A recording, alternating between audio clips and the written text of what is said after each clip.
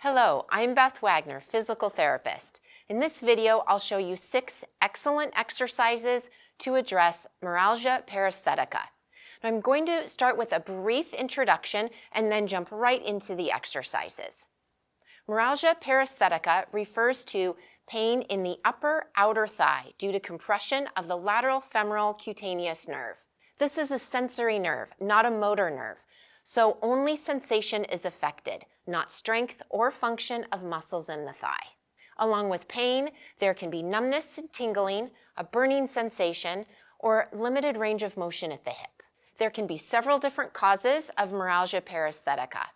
The nerve might be compressed internally by muscles, fascia, or fat, typically following hip injuries or repetitive use, such as running. It might also be compressed externally by tight clothing or a belt worn low around the hips, such as a heavy tool belt.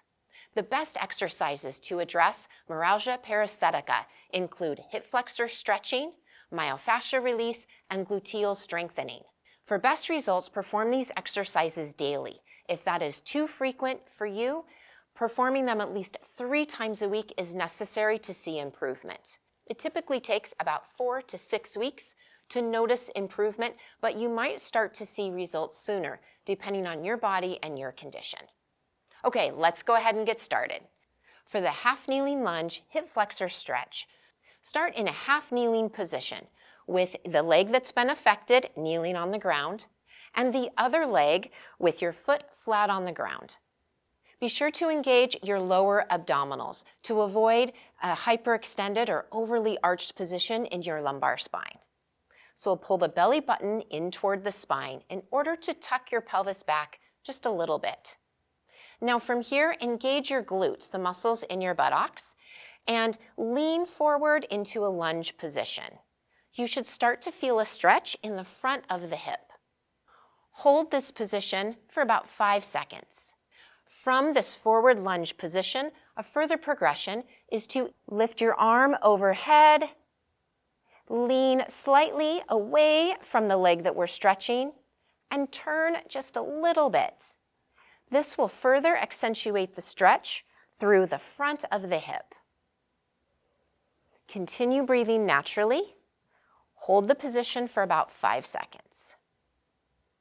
If that hold feels too long for you, then you can shorten that up. Go ahead and come out of the stretch sooner.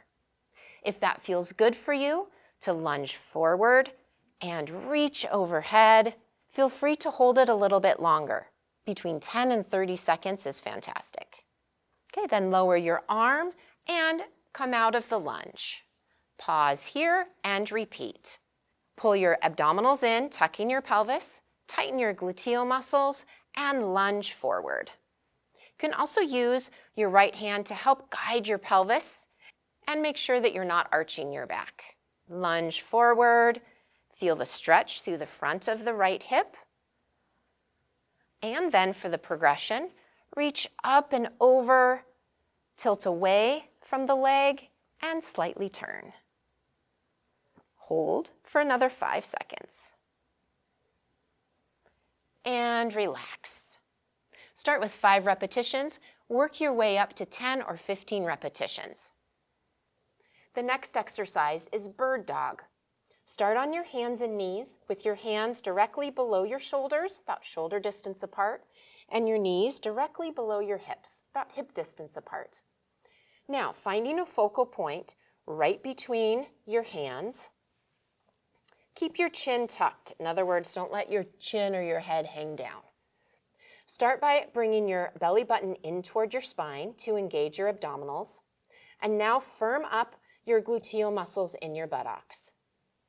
Okay, keeping your abs and glutes activated, lift one leg up so you're pointing to the wall behind you. Not lifting your leg toward the ceiling, but pointing to the wall behind you.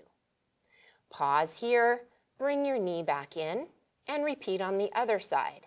Abs and glutes engaged, point to the wall behind you, pause, and come back to the center. Now you can stop there if that felt like enough of a challenge for you to begin with. Perform 15 repetitions on each side. Now if you're ready for the next progression, we're going to lift the opposite arm at the same time. So starting with your abs and glutes engaged, when you lift your right leg, lift your left arm at the same time, reaching your fingers towards the wall in front of you and your toe towards the wall behind you. Pause and bring them both back to the starting position and switch. Left leg out, right leg out. Pause, come back to the center and switch. Abs and glutes engaged, reach with the left arm and right leg. Pause and come back. As you exhale, reach right arm, left leg, abs and glutes engaged. Pause and come back. Continue 15 repetitions on the left and right side for a total of 30 repetitions. The next exercise is a bridge. Start by lying on your back with your feet flat on the surface, about hips distance apart, and your knees in line with your feet and your hips. Relax your arms comfortably by your side, and I recommend performing this exercise without any pillow support or very little support. Okay, engage your abdominals, pulling your belly button in toward your spine. Engage your gluteal muscles, tightening your buttocks. And now lift your hips up in the air as high up as you can go. Don't let your back arch. Keep your spine neutral. Pause and then lower. And repeat. Engage your abdominals, engage the gluteal muscles, lift your hips as high up as you can go. Don't let your back arch. Keep your spine neutral. Pause and lower. And continue. Engage the glutes and abdominals, lift the hips, pause, and lower. With practice, see if you can increase the height of your hips. How high up you press your hips. Again, without any excessive arch in your low back. Perform 15 repetitions. Now we'll move on to a muscle energy technique. If it's my right leg that's been affected, bring my fingers of my right hand up to just inside the front of my hip. I'm going to press down into my abdomen. Now barely lift your right leg up, just barely. See if you can feel a deep muscle pop into your fingers or press into your fingers. That's the muscle that we're going for here. It's the psoas muscle. All right, now with your fingertips right on that muscle, take a medium breath. Not a real deep breath because your fingers will move off of the muscle, but just a medium breath. Inhale through the nose, and as you exhale, press into the muscle with your fingers and slowly slide your leg out, keeping your foot or your heel on the surface. When you get to the end position, just rest your leg. Continue pressing on that muscle for just a second or two, and then release your fingers. Now, when you lift your leg, try and use your right arm to help lift the leg a little bit. And repeat. Press into the psoas muscle, just on the inside of the right hip. Take a medium breath, inhale. And exhale, slowly lower the right leg, sliding your heel. And pause, let your leg rest, and pause for a second or two here. Use your right arm to help lift your leg back up to the starting position. Perform 10 repetitions. Next, we'll do the edge of the bed hip flexor stretch. Start by lying on the side of your bed close to the edge. Now angle your shoulders a little bit more toward the center of the bed and bring your hips closer to the edge of the bed. Make sure you angle enough to not fall off the edge of the bed. Bring the knee that's farthest from the edge of the bed. So in this case, my left knee, bring that up to your chest. Slowly straighten out the leg that's closest to the edge. In this case, my right leg. Now from here, slowly lower the right leg off the edge of the bed and let it hang. Now, keeping the left knee in toward your chest is very important to prevent any stress or strain on your low back.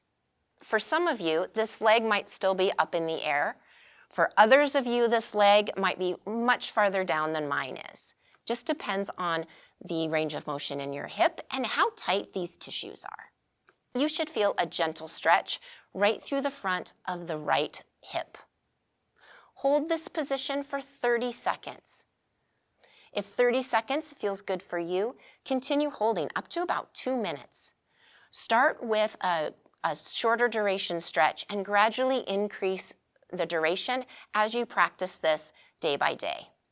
Now, coming out of the stretch, it's important to first straighten the leg and slide it onto the table or onto the bed, and then use your right hand to help lift your right leg back up.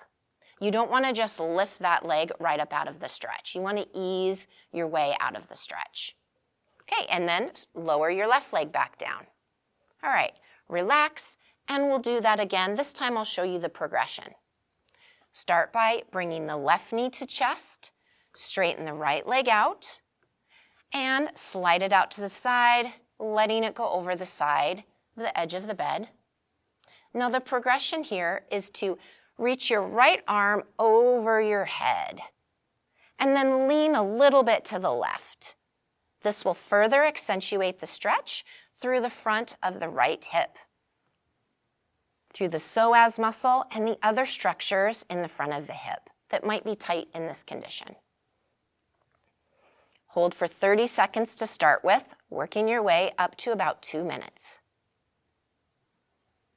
At the end of the stretch, first bring your arm back down and then straighten the right leg, slide the right leg up onto the surface again, and then bend the right knee using your right arm to help, and then lower the left knee.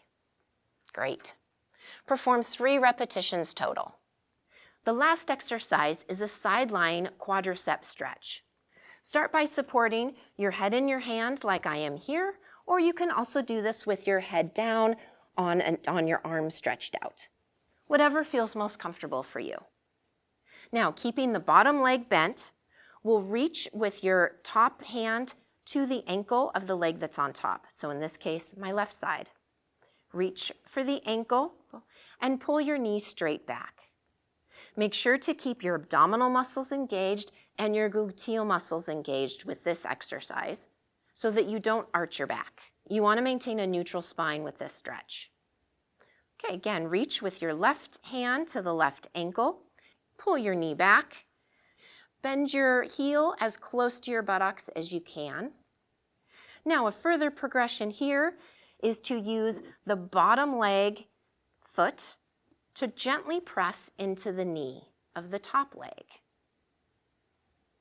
Keep the pressure gentle.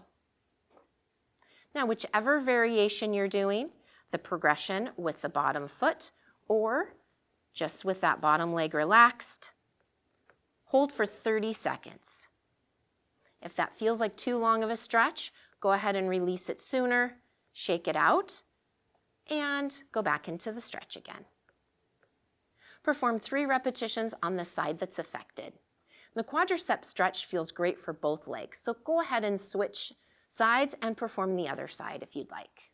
I hope you find these exercises helpful to decrease your pain and other symptoms associated with Meralgia Paresthetica. Please hit the like button and subscribe to my channel. Click the links in the description below to check out other videos I've posted addressing related topics in the hip region. If you have any questions or comments, leave them down below and I'll get back to you as soon as I'm able. Here's to your healing, health, and happiness. Have a wonderful day.